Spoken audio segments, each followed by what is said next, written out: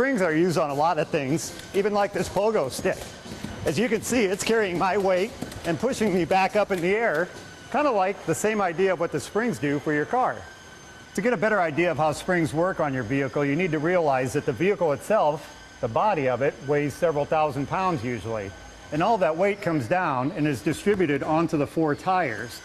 Now obviously, the body itself is connected through suspension parts inside of here, but the actual weight of the vehicle is being held up by the springs. The springs not only need to carry all of that weight, but they need to give a little bit when you go over bumps. They come in different styles, with coil springs like this being the most common. Just like the name implies, springs are made of spring steel so they can compress and expand as needed to carry the load of the vehicle while making the ride a lot more comfortable. Springs also come in different styles, such as leaf springs, which you will find on the rear of many larger vehicles.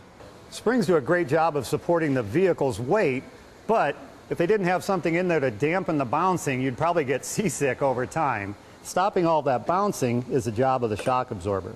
Shock absorbers have an internal shaft that can move as the springs go up and down, but the shock is filled with pressurized fluid to slow the bouncing as quickly as possible.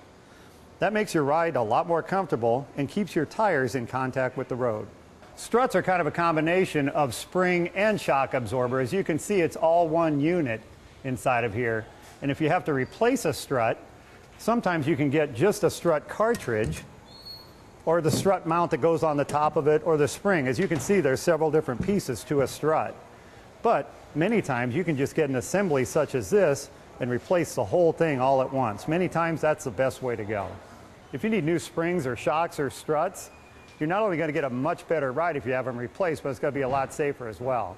So get those things checked out next time you're in the shop. You might be surprised at how much better it will ride with new parts. For Channel 6 News, I'm Jim Champion, the Auto Guy.